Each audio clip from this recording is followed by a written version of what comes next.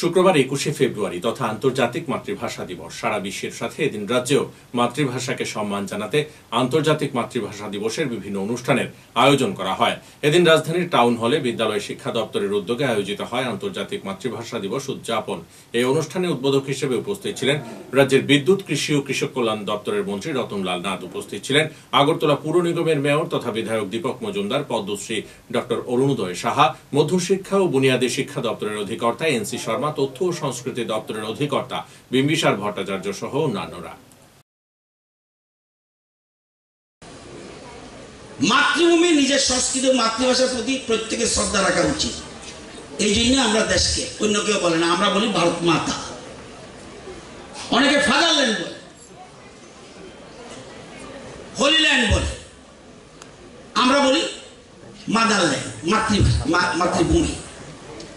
তো অথর্ববেদে বলেছে মাতৃভাষাকে আমার থেকে দূরে সরিও না। আমরা যেন সবসময় মাতৃভাষার সেবা করতে পারি। যারা সৃষ্টিকর্তা গুণগান করেন তারা মাতৃভাষা করে। আপনারা জানেন যে একটু আগে বলেছে, ইট ইজ ফ্যাক্ট যে সমস্ত পৃথিবী একটা গ্লোবাল ভিলেজ। এটা ঠিক, এটা অস্বীকার করার সুবিধা নেই।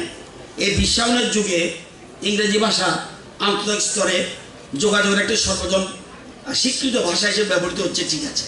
কিন্তু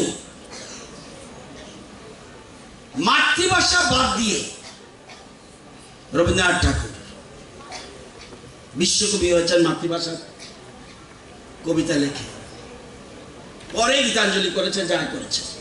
তো মাতৃভাষাকে বাদ দিয়ে কেউ যদি মনে করে ইংরেজি শিখতে না করিনি আমি, এবং আজকে আন্তর্জাতিক মাতৃভাষা দিবসটি হলো নিজের ভাষাকে আমরা সমৃদ্ধ করুন, অন্য ভাষাকে সাহায্য করুন সমৃদ্ধ হওয়ার জন্য, এবং এটাই আমাদের মূল বিষয়। এই জন্য আন্তর্জাতিক, এবং এটার জন্য সবচেয়ে ক্রেডিট যদি কেউ নেয় বাংলা।